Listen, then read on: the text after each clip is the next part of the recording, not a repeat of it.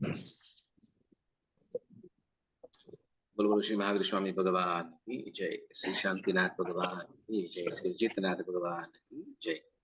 हजी शांति स्त्रोत्रનો સ્વાધ્યાય આપણે કરી રહ્યા છીએ। ભાવાર્થ હજી શાંતિ સ્ત્રોત્રના રચયિતા શ્રી નંદીશયન મુનિજીના ચરણ કમળમાં આપણે વંદના કરી આપણે સ્વાધ્યાયમાં આગળ વધીએ। આપણે પરમાત્મા શાંતિનાથનો જન્મ ક્યાં થયેલો હતો? હસ્તિનાપુર।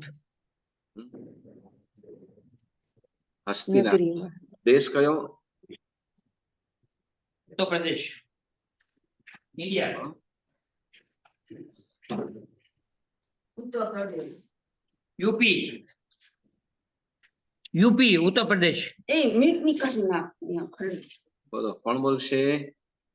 કયા દેશમાં ભગવાનનો જન્મ થયેલો? કુરુદેશ। દેશ કુરુદેશ। કુરુદેશ કેમ કહેવાય? જેમાં મનુષ્ય એવું નામ કેમ પડ્યું? કુરુદેશ એવું કેમ નામ?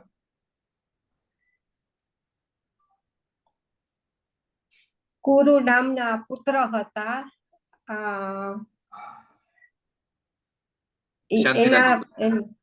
ના આદિનાથ ભગવાનના 100 પુત્ર હતા। એમાં એક પુત્રનું નામ કુરુ હતું, એટલે એવી રીતના બધાના પુત્ર જે નામ હતા એના ઉપરથી બધા દેશના નામ પાડ્યા હતા। બરાબર બરાબર। એટલે ભગવાન ઋષભદેવના 100 પુત્રો હતા, તો 100 પુત્રમાં જેમ આપણે સૌરાષ્ટ્ર છે, કચ્છ છે, વળી ખેડા વગેરે છે, મગધ આદિ દેશોના જે નામ પડેલા છે, તો એ દેશના નામ શેના ઉપરથી? તો ભગવાનના પુત્રના નામ। તો જે કુરુ નામના પુત્રને એમને આ રાજ કહ્યું તો કે આ ક્ષેત્રનું મળેલું હતું, તો એને કુરુ દેશ તરીકે ઓળખવામાં આવે। અને એમાં કુરુ દેશની રાજધાની કઈ? તો કે હસ્તિનાપુર નગર। બરાબર। હસ્તિનાપુર નગરની અંદર જેનો જન્મ થયો છે। પછી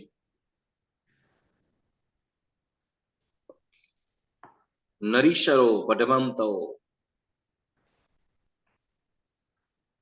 નરીશરો એટલે નગરના રાજા। વઢવંતો એટલે પ્રથમ દીક્ષા લીધા પહેલા રાજા। પહેલા રાજા હતા। દીક્ષા લીધા પહેલા પ્રથમ એટલે કુરુદેશના પ્રથમ રાજા નહીં। કુરુદેશના રાજા તો પહેલા રાજા કોણ હતા? તો કે કુરુ રાજા। બરાબર, ભગવાન ઋષભદેવના પુત્ર। પણ અહીંયા તો કે દીક્ષા પહેલા, બરાબર, દીક્ષા પહેલા જે કુરુદેશ નગરના કુરુદેશના અને હસ્તિનાપુર નગરના જેઓ રાજા હતા એવા પ્રભુ। બરાબર ને? પછી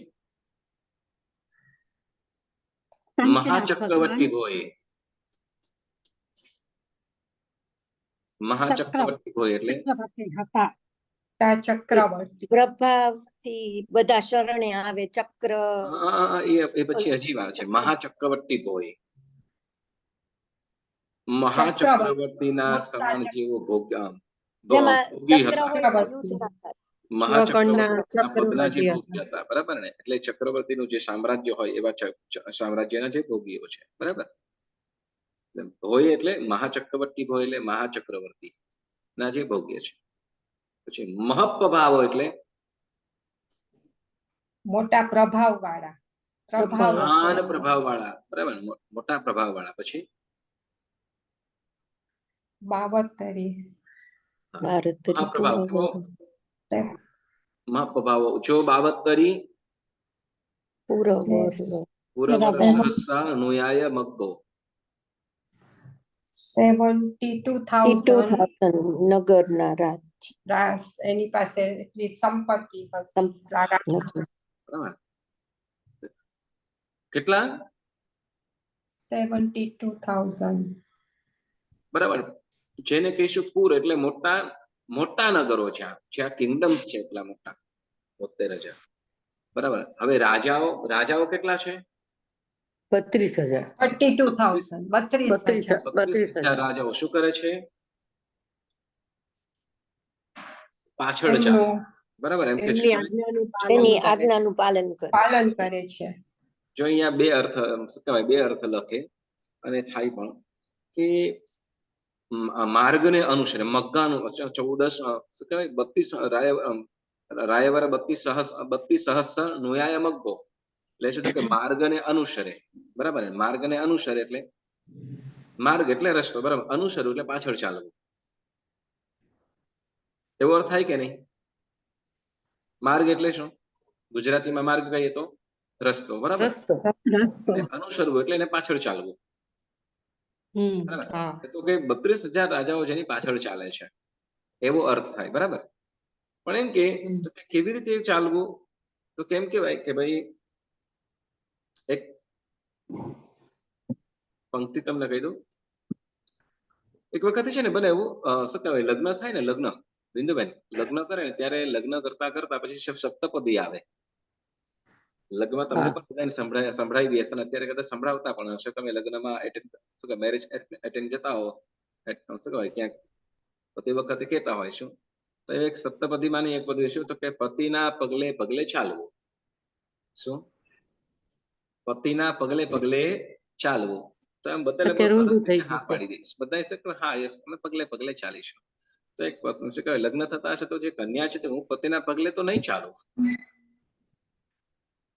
પતિના પગલે પગલે નહીં ચાલુ, આપણે કરવું પડે, આ વ્યવહાર છે. પૂછે કેમ, શું કહેવાય, પછી પૂછે અને શું કહેવાય, મને પહેલા તો ના જ પાડી ને, શું કહેવાય કેમ નથી ચાલવું, તો કે મારો પતિ તો પોસ્ટમેન છે, એના પગલે પગલે ગામ ગામ મારે ક્યાં બેઠકવું.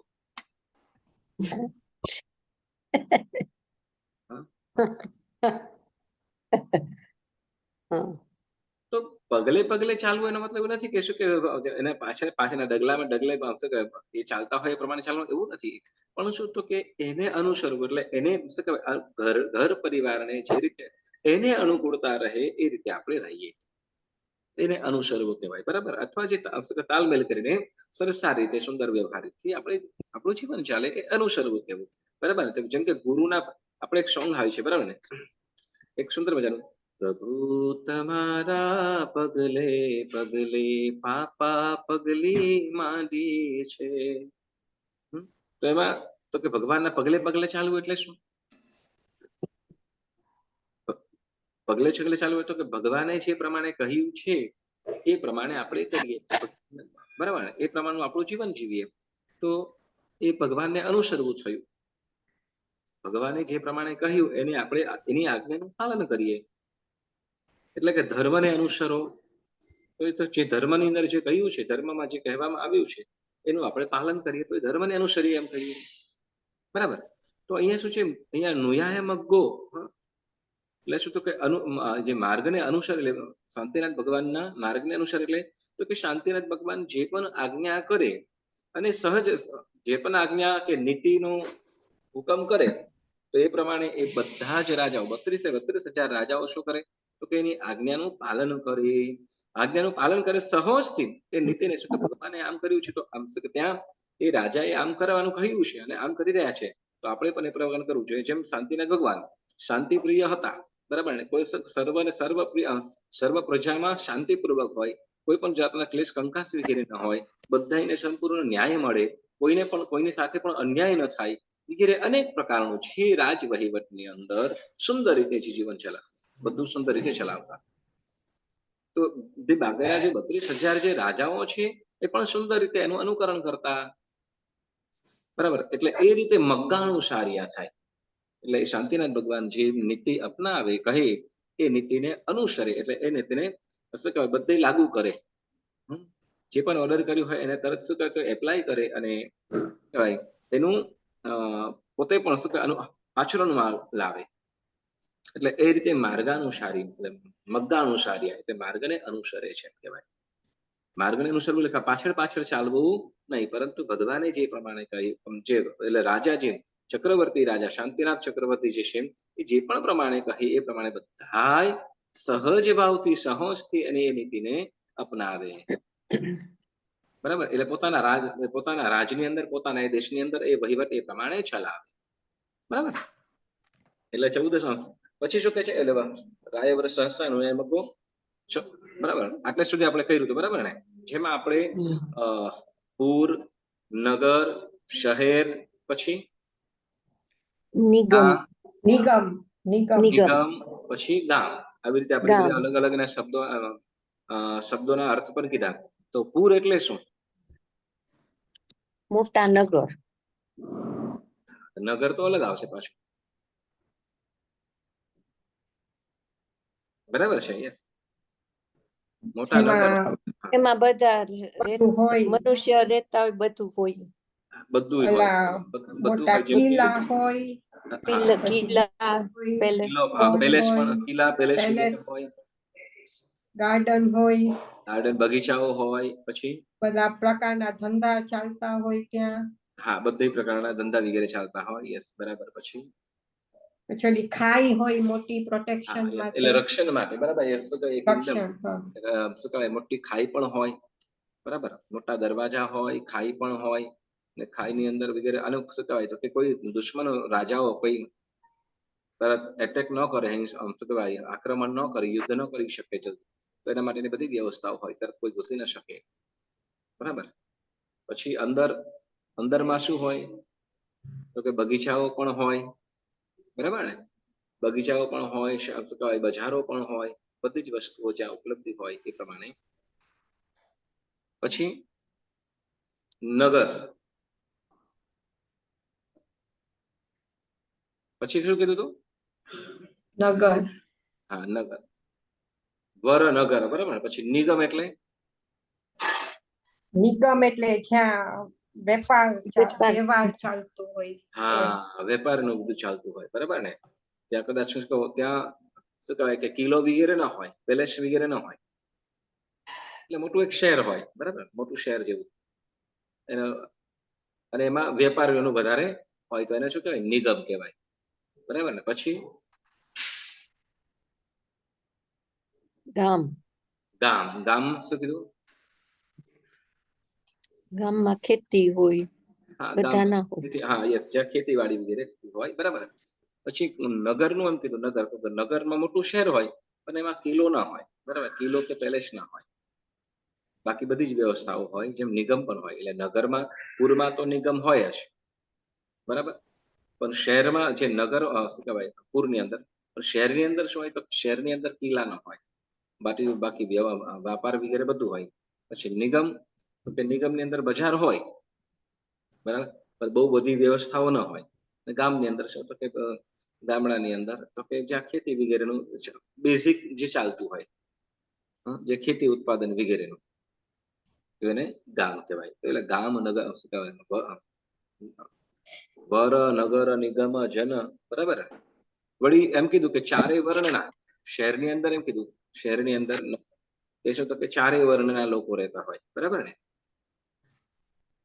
ચારેય વર્ણના લોકો જ્યાં વસવાટ કરતા હોય. ચાર વર્ણમાં કયા, તો કે જો વૈશ્ય, ક્ષત્રિય, બ્રાહ્મણ અને ક્ષુદ્ર, બરાબર. વૈશ્ય એટલે વણિક, પછી ક્ષત્રિય એટલે જે યોદ્ધાઓ હોય, પછી બ્રહ્મ એટલે બ્રાહ્મણ, અને ક્ષુદ્ર એટલે જે નીચે એક ક્ષુદ્ર પણ એક જાતની જાતિ હોય છે. જેમ આપણે શું કહેવાય કે ધોબી છે, દરજી છે, મોચી છે, એક ક્ષુદ્રની અંદર આવે. ચાલો, તો એ પ્રમાણે અહીંયા આપણે આ જે ગાથાની અંદર, ચારે ગાથાની અંદર આ બધું એક પૂર હોય ને, તો એની અંદર પૂરની સાથે અનેક બીજા નગરો જોડાય પછી એક પૂર બને, બરાબર. તો કે અનેક પ્રકારના બીજા શું કહેવાય, મોટા શહેરો હોય પછી એનું એક નગર હોય, બરાબર.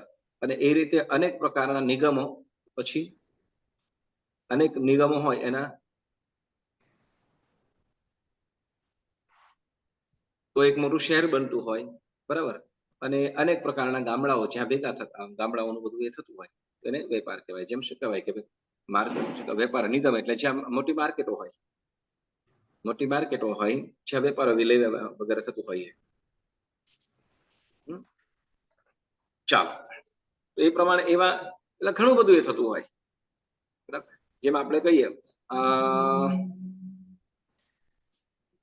મોમ્બાસા કાઉન્ટી છે, બરાબર, મોમ્બાસા કાઉન્ટી, વળી પાછું ન્યાલી સાઈડે પણ કદાચ કોઈ અલગ થયું હોય તો એ પણ કહી શકાય, વળી લીકોની સાઈડે, તો આ બધું અલગ અલગ ભેગું થઈને વળી એની સાથે શું, તો કે મટવાપા પણ જોડાઈ જતું હોય, અને કદાચ ક્વાલે સાઈડ એ પણ આવી જતું હોય, તો એ ઘણા બધું એ ભેગું થઈને એક શું બન્યું, તો કે પૂર જેવું બન્યું. પૂર એટલે કે મોમ્બાસા એક શહેર જેવું મોટું શહેર, આપણે પૂર અને વરનગર વગેરે અત્યારે શબ્દો પ્રયોગમાં નથી થતા, પણ સિટી તરીકે આપણે જે આ અત્યારે ઓળખીએ મોટું છે, મોટા સિટી તો 32,000 સોરી 72,000 72,000 બરાબર. એવા આજે મોમ્બાસા છે આજુબાજુનું બધું આવી જાય. તો જેમ શું કે મોમ્બાસાની અંદર શું કહેવાય અહીંયાથી જોઈએ તો શું કહેવાય કે ભાઈ નહીં ચંગામે પણ આવી જાય, રિપિંગો પણ આવી જાય, મજેરસ પણ આવી જાય, બરાબર. તો આ બધું આવી જાય. એવી રીતે આ મોટું એક શહેર છે. એવી રીતે નાયરોબીની આજુબાજુના બધા એ થઈ જાય, બરાબર. ઝીકા હોય વળી કે પછી ઓલી સાડી નૈવાસા હોય કે જે પણ આજુબાજુના હોય બધું આવી જતું હોય. તો એને શું કહેવાશે કે બધાને અત્યારે આપણે સિટી કહે ને તે વખત તો કે પૂર કહેવાય. પૂરની અંદર અને જેમ નાયરોબી છે તો નાયરોબીને ઘણા બધા વેપારો માટેના પણ અલગ અલગ બીજા સ્થાનો હોય, જેમ ઝીકાશ હોય તો વળી એના પહેલા કદાચ જે પણ અલગ અલગ આવતું હોય. એવા 72,000 શહેરો, બરાબર. હવે શું કે છે તો એટલા એ આખા ભરત ક્ષેત્રની આખા ભરત ક્ષેત્રની વાતો છે, આખા ભરત ક્ષેત્રની વાતો છે, બરાબર. પછી શું કે છે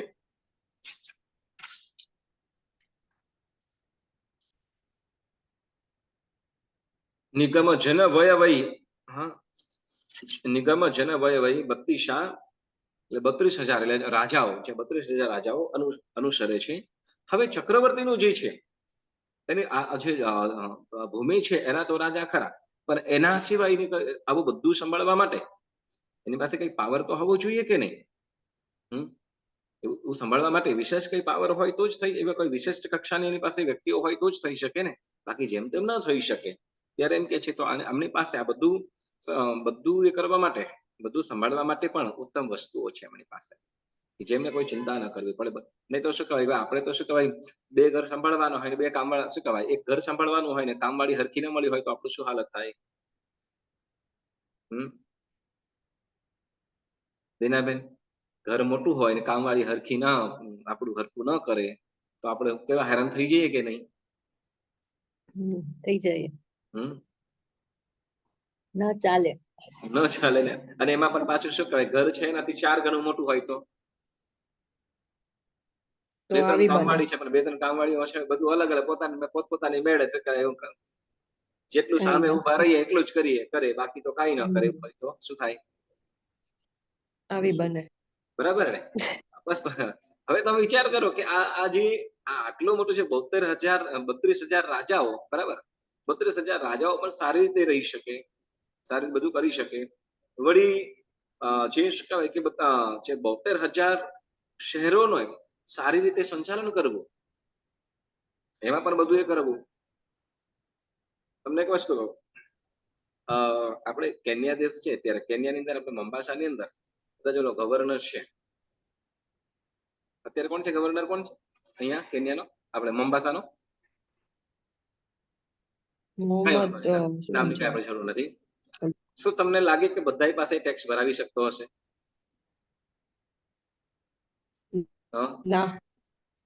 તમને લાગે છે બધા પાસે ટેક્સ ભરાવી શકતો હશે? ઓકે, બધા પાસે, બધાની સામે એનું શું કહેવાય એને જે કદાચ દેશના માટેનું હશે રેગ્યુલેશન, રૂલ્સ રેગ્યુલેશન, તો એ બધું ફોલો કરાવી શકતો હશે.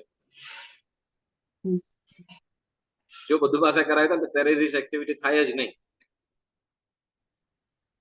ચાલો મૂળ વાત આપણે કરીએ તો કે એવું તો શું પાવર હોય કે આ શું કે બધું સારી રીતે રાજપાટ વગેરે ચાલે સરસ રીતે. ત્યારે એમ કે છે શું તો કે એ શાંતિનાથ પ્રભુ પાસે તે વખતે રાજ્ય અવસ્થાની અંદર એમની પાસે 14 પ્રકારના રત્ન હતા. કેવા? 14 રત્ન, બરાબર. હવે 14 રત્નો શું કરે? એટલે આપણે જે 14 વરરયન શબ્દ આવ્યો, 14 વરરયન, તો 14 પ્રકારના છે શ્રેષ્ઠ રત્ન. તો આ 14 રત્નની અંદર 7 છે પંચેન્દ્રિય, 7 છે પંચેન્દ્રિય અને 7 છે એકેન્દ્રિય, બરાબર. એટલે 7 છે જીવ વાળા છે ને 7 છે અજીવ છે. તો હવે કેવું છે કે તો કે પહેલું એમ કે છે હવે રાજપાટ વગેરે ચલાવવું હોય, બરાબર. રાજપાટ વગેરે ચલાવવું હોય તો પહેલી શેની વાત આવે? રક્ષણની. શેની? રક્ષણની વાત આવે, બરાબર. રક્ષણમાં શું તો કે પોતાની અંદર જે રાજ્યની અંદર હોય તો એમાં અંદરો અંદર પણ કોઈ ચોરી વગેરે ન કરે તો એના માટે પણ શું કરે તો કે એની વ્યવસ્થા પણ કરે. વળી સાથે સાથે તો કે ભાઈ શું બહારના કોઈ રાજાઓ વગેરે શત્રુઓ હુમલો ન કરે તો એના માટેની પણ સાવધાની રાખવાની. એટલે નગરની અંદર પણ નગરની બહારે પણ, એટલે દેશની અંદર પણ દેશની બહારે પણ, દેશની અંદર અને દેશની બહારે પણ આ બધી વ્યવસ્થાઓ પણ કરવી પડે. તો એના માટે કોણ તો કે સેનાપતિ રત્ન. કોણ પેલું રત્ન કયું છે? સેનાપતિ.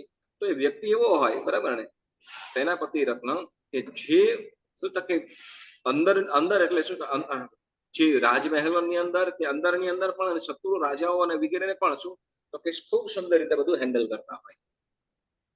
પણ અહીંયા ચક્રવર્તી માટે હવે અહીંયા શાંતિનાથ ભગવાનનો પ્રભાવ એવો હતો કે શું કે એક પણ ભગવાનને યુદ્ધ કરવા પડ્યા નહીં.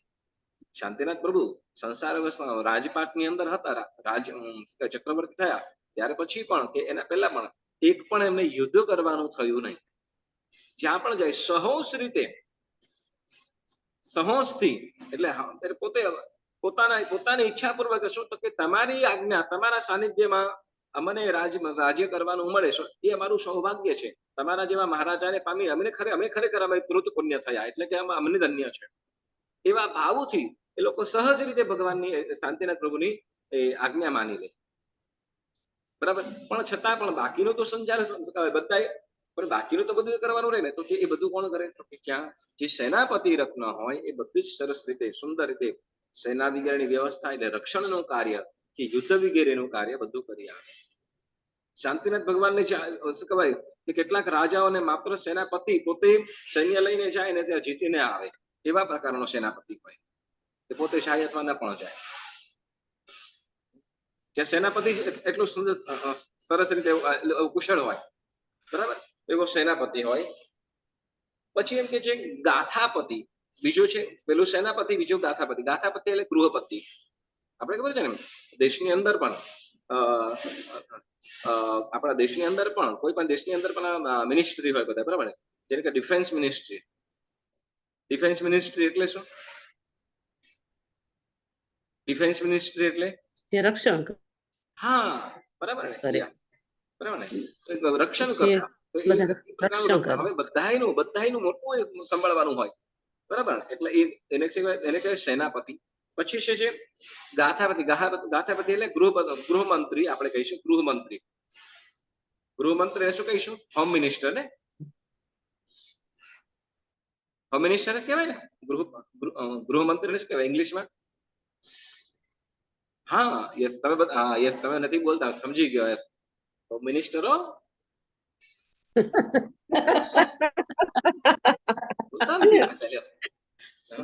તો કે જે હવે રાજપાટ વગેરેનું હોય, બરાબર ને, તો એ બધું અંદરનું રાજમહેલ સંબંધી અંદરનું જે પણ હોય, બરાબર, મહેલની અંદરનું વસ્તુ તો કે આ નગરની અંદરનું પણ બધું સારી મિનિસ્ટ્રી બધું છે એકદમ સુંદર રીતે સંચાલન કરતા હોય. બધું જ કે કોઈ ભાગ્યે જ પ્રશ્ન ત્યાં જાય, બરાબર. તો એ સુંદર, એટલે આને રત્નો કહેવામાં આવ્યા. શું રત્નો કહેવામાં આવ્યા? તો બધું જ સુંદર સારી રીતે વ્યવસ્થા કરી દે, બરાબર. તો એક શું કહેવાય એવા શું કહેવાય ગૃહપતિ કે ગાથાપતિ. પહેલા સેનાપતિ, પછી ગાથાપતિ. સેનાપતિ શું કરે? સેનાપતિ એટલે કોણ? ડિફેન્સ મિનિસ્ટ્રી, બરાબર. Defence minister. અને પછી હોમ મિનિસ્ટર. પછી કે છે પુરોહિત. પુરોહિત માટે મને ખ્યાલ નહીં આવે ઇંગ્લિશમાં શું કહેવાશે. પુરોહિત એટલે છે ને, હવે રાજમહેલ વગેરે હોય તો શુભ કાર્ય કરવાના હોય, સારા શુભ કાર્ય ઉદ્ઘાટન વગેરે કરવાનું હોય કે એનું કોઈ નવું કાર્ય કરવાનું હોય તો એનું જે વિધિ કરાવે, બરાબર ને. જેમ આપણે કોઈ પણ ઘર બનાવતા હોય કે કોઈ પણ ઓફિસ વગેરે કરતા હોય તો તે વખતે શું કહેવાય કે આપણે બ્રાહ્મણ દ્વારા કે પંડિતજી દ્વારા આપણે વિધિ કરતા હોય, બરાબર. તો વિધિ કરે, બરાબર, વિધિ કરાવતા હોય, મંત્રોચ્ચાર વગેરે કરવાનું, તે શુભ અનુબંધતું હોય અને જે ફળદાયી હોય એવું કાર્ય જે કરાવતા હોય તો એવા પુરોહિત પણ હોય. શું હવે કે એ મંગલિક કાર્ય એવા પ્રકારનું કરાવે, એવું મંગલિક કાર્ય કરાવે કે જે કારણે શું તો કે એ કાર્ય નિર્વિઘ્નપણે કોઈ પણ પ્રકારની અડચણ વગર સુંદર સારી રીતે પૂરું થાય અને સફળ થાય એવા પ્રકારની વિધિ કરાવે, એવું સુંદર, બરાબર. તો એને એ કયું તો કે પુરોહિત રત્ન કહેવાય. એને શું કહેવાશે? પુરોહિત રત્નને ઇંગ્લિશમાં શું કહેવાય પુરોહિત રત્ન માટે ઇંગ્લિશ વર્ડ મારી પાસે અત્યારે નથી, પણ અહીંયા પુરોહિત રત્ન પણ કહેવામાં આવ્યું. પછી કે છે અશ્વ કયું? સેનાપતિ, ગૃહપતિ, પુરોહિત, પછી અશ્વ. અશ્વ એટલે હોર્સ, ઘોડો. પણ ઘોડો કેવો તો ઉત્તમ જાતિનો. ઘોડો એટલે ઉત્તમ જાતિનો. હવે એ એવા પ્રકારના ઘોડો હોય કે કદાચ એના ઉપર આરૂઢ થઈને ગમે ત્યાં પણ યુદ્ધ માટે જતા હોય કે જે પણ કાર્ય માટે જતા હોય તો એ પણ શું થાય છે તો કે એ ત્યાં એ યુદ્ધની અંદર પણ વિજય પામે. જે કાર્ય માટે નીકળ્યા હોય તો એ કાર્ય પણ સંપૂર્ણ રીતે મંગલ રીતે પરિપૂર્ણ થાય એવા પ્રકારનો આ અશ્વરત્ન હોય. અથવા યુદ્ધની અંદર ઉતરે તો એની સામે બીજા કોઈ ઘોડો શું કહેવાય કે યોદ્ધાઓને પણ શું કહેવાય પરાસ્ત કરી દે એવો આ અશ્વરત્ન ઘોડો હોય. પછી કે છે હાથી. હાથી પણ હવે જો જેમ શું કહેવાય એક ઘોડાનો પણ એક પ્રકાર હોય છે, બરાબર? કે જે ઘોડાઓનો એક ઘોડાનો પણ પ્રભાવ હોય કે જે ઘોડે સવારો હોય, ઘોડે સવાર રાજાઓ હોય તો એ પણ શું કરે તો કે ઘોડાનો જેવો પ્રભાવ હોય કે બીજા જે ઘોડાઓ હોય સામે તો સામે ઘોડાઓ જે થરથરી જાય. સામે ઘોડાઓ થરથરી જાય એટલે શું કે જ્યાં ઘોડો ડરી ગયો પછી ઉપર બેઠેલો સૈનિક પણ કાંઈ ના કરી શકે. કેમ તો કે ઓલો જ ભાગવા માંડ્યો હોય. એવો ઉત્તમ જાતિનો ઘોડો એ એક રત્ન છે. પેલા સેનાપતિ, પછી ગાથાપતિ, જો પછી પુરોહિત, પછી કીધું અશ્વ. અશ્વ એટલે ઘોડો. પછી કે છે હાથી. કોણ? હાથી. હાથી એટલે ઉત્તમ પ્રકારનો ઉત્તમ જાતિનો હાથી. ઉત્તમ જાતિનો હાથી હોય કે એ હાથીને જોતા જ બાકીના હાથી શું છે ગાંડા થઈ જાય અથવા પોતાનું ભાન ભૂલી જાય એવા પ્રકારનો ઉત્તમ જાતિનો હાથી. બરાબર? અને એમ કે શું કહે એ પણ શું કહેવાય કે ઉત્તમ જાતિનો હાથી હોય બીજા સામાન્ય હાથીઓ કરતા વિશેષ. એટલે સામાન્ય હાથીઓ એ હાથીને જોવામાં જ રહી જાય એટલે ભૂલી જાય પોતાનું એવું પણ. બરાબર? એટલે ઉત્તમ જાતિનો હાથી. પછી કે છે વર્ધકી રત્ન. કયો? વર્ધકી. હવે વર્ધકી એટલે કોઈ પણ જાતનું કન્સ્ટ્રક્શન કામ હોય, કન્સ્ટ્રક્શન કામ સંબંધી. જેમ શું કહેવાય કે ભાઈ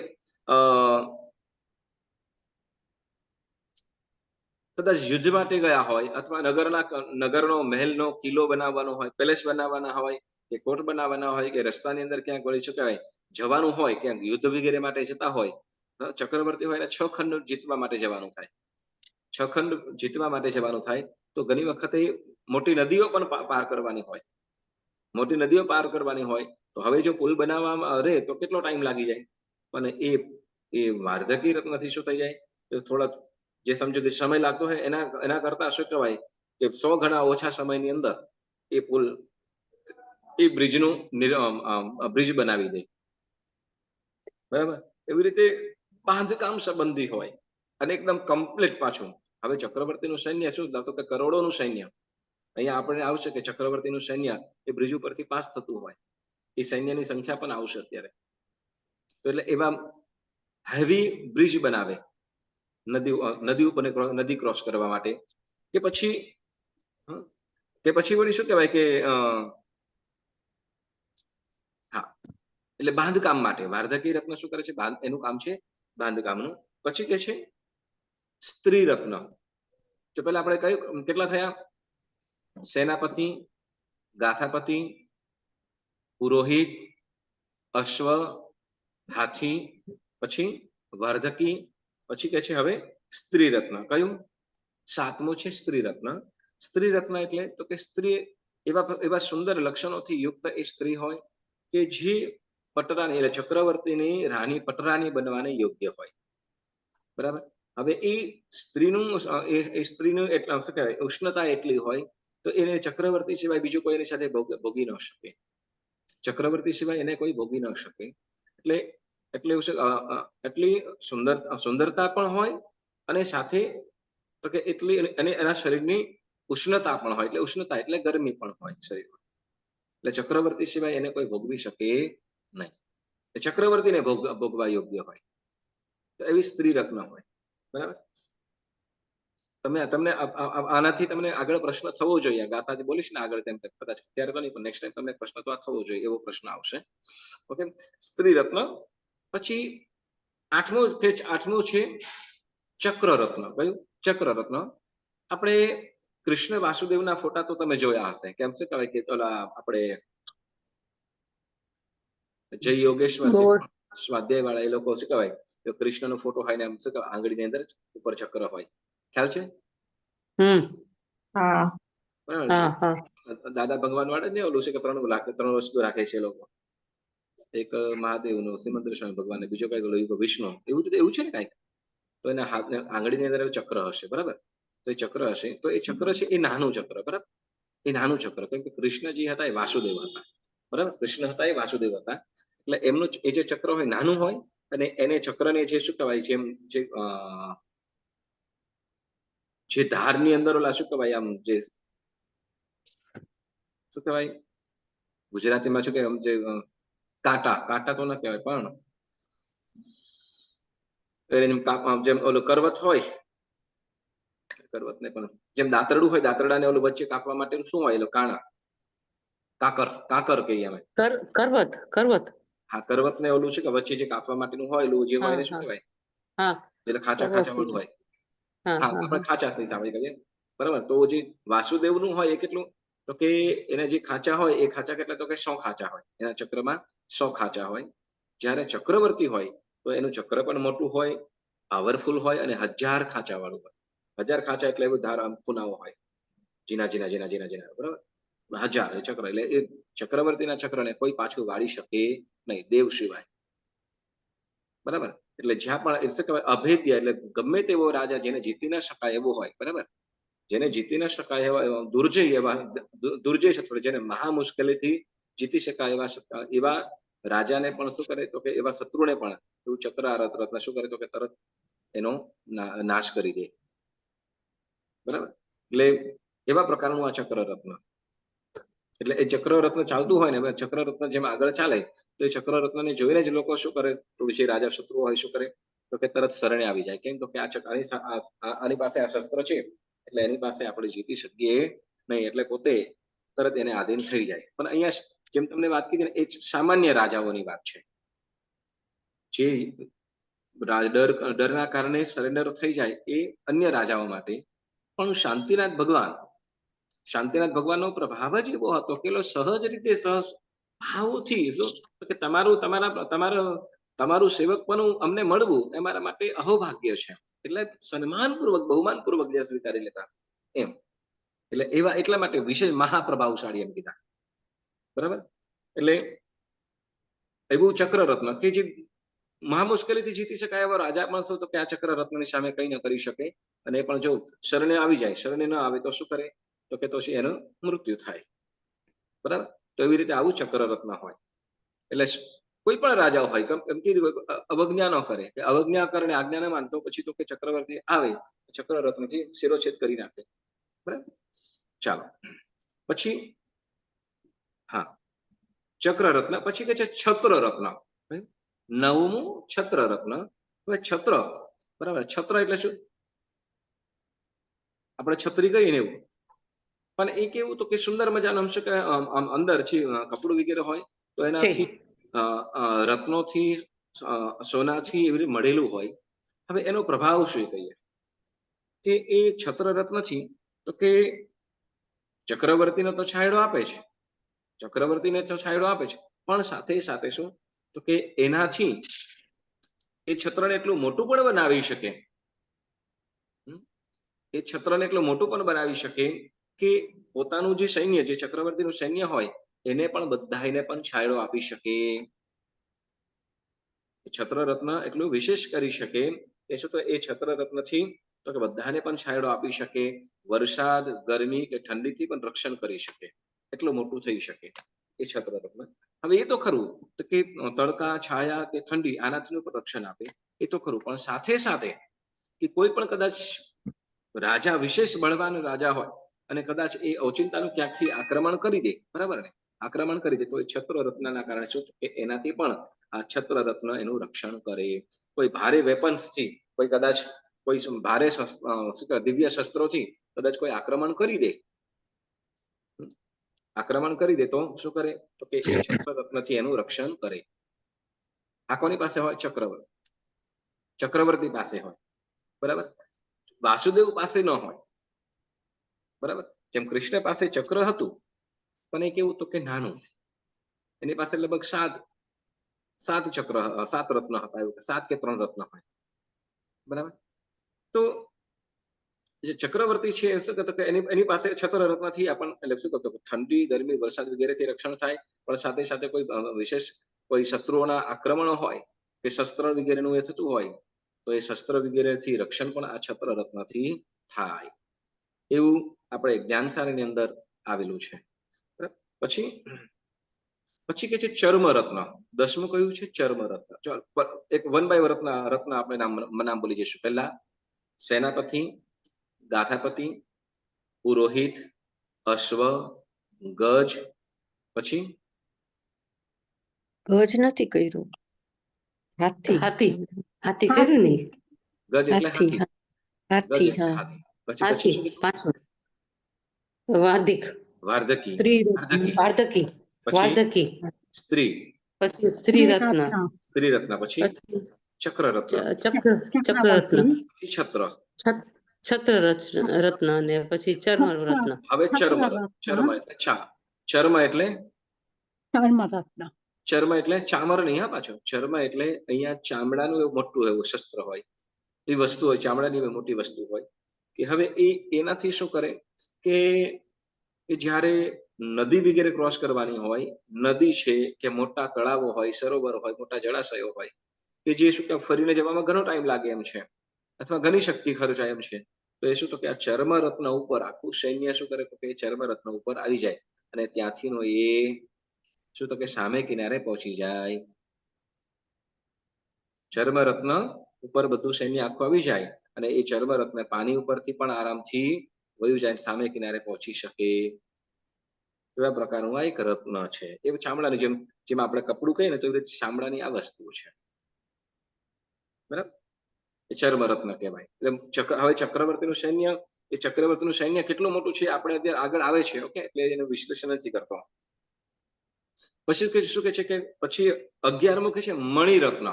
કયું? મણિરત્ન. હવે મણિરત્ન એવું છે, બરાબર, કે શું તો કે એના 2 કાર્ય.